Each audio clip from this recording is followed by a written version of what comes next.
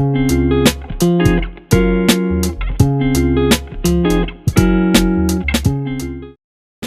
everyone, my name is Kim Viderian and we are here now in Sorsogon State University and nandito po tayo upang mag-interview for our advocacy which is entitled Sustainability of Cleanliness of Barcelona Church and Ruins Advocacy.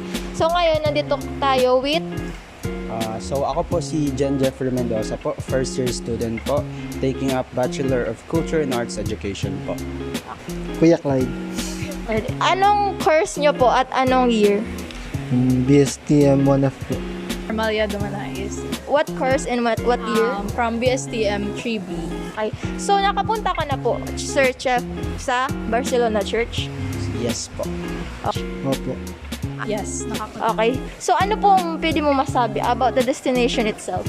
Ang masasabi ko lang about sa destination itself is na re-reflect niya yung parang culture and heritage ng Barcelona. I think isa po siya sa mga historical places na matatagpuan sa probinsya po natin. So, Ayos mo po, magayon man po. Na re-reflect niya yung parang culture and heritage ng Barcelona. And meron siyang historical background years back and I'm very happy na na-preserve nila yung church. nag-a-attract po siya ng maraming tourists po na nakakatulong din po sa province po natin.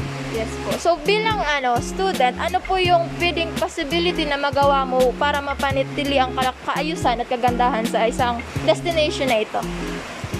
Bilang estudyante siguro konti lang yung magagawa ko pero gusto ko humingi ng tulong if ever sa local government unit ng Barcelona kasi sila yung may kapangyarihan at desisyon kung paano nila mapapanatili yung kaayusan ng ruins ng Barcelona ruins.